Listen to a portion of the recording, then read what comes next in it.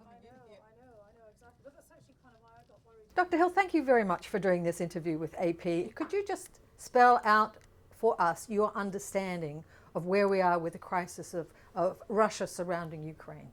Well, unfortunately, we're not anywhere near the end or the beginning of this crisis, which means that we're somewhere in basically a rapidly evolving situation, and I think we're going to be in for the long haul of tensions around Ukraine.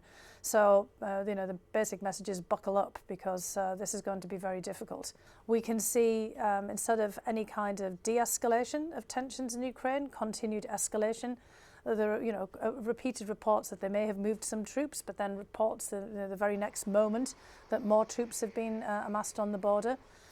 And the main point is that the current Russian military posture against Ukraine is one for preparation for an offensive. It is not defensive in any way whatsoever. Senior officials in the White House talked about an additional 7,000 troops. Does that change anything about the way you think about the situation? I'm afraid it doesn't, because for quite some time I myself have drawn the conclusion that Russia means to ensure that Ukraine doesn't go anywhere, in the sense that Ukraine, from Russia's perspective, has no right for any kind of independent foreign and security policy, and that just in the thinking of the Kremlin and Putin in particular, that Ukraine belongs to Russia. So by any kind of means, be it cyber attacks, subversive activities, military pressure, the Russians call this military technical responses, Russia intends to make sure that Ukraine is completely and utterly surrounded and constricted in every possible way. So, it is entirely possible that Russia will choose to invade. It already has invaded.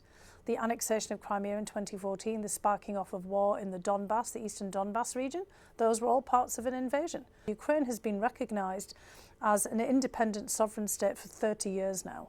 So the precedent that Russia is setting, which is basically saying, hello Ukraine, you're not a real country, you actually belong to us, is the kind of precedent that other countries globally could use as well in territorial disputes or other kind of disputes with their neighbours. Any country that has a preponderance of military power or economic and political power over one of its neighbours could do the same thing that Russia is doing if Russia is unchecked. So this is not just about Ukraine,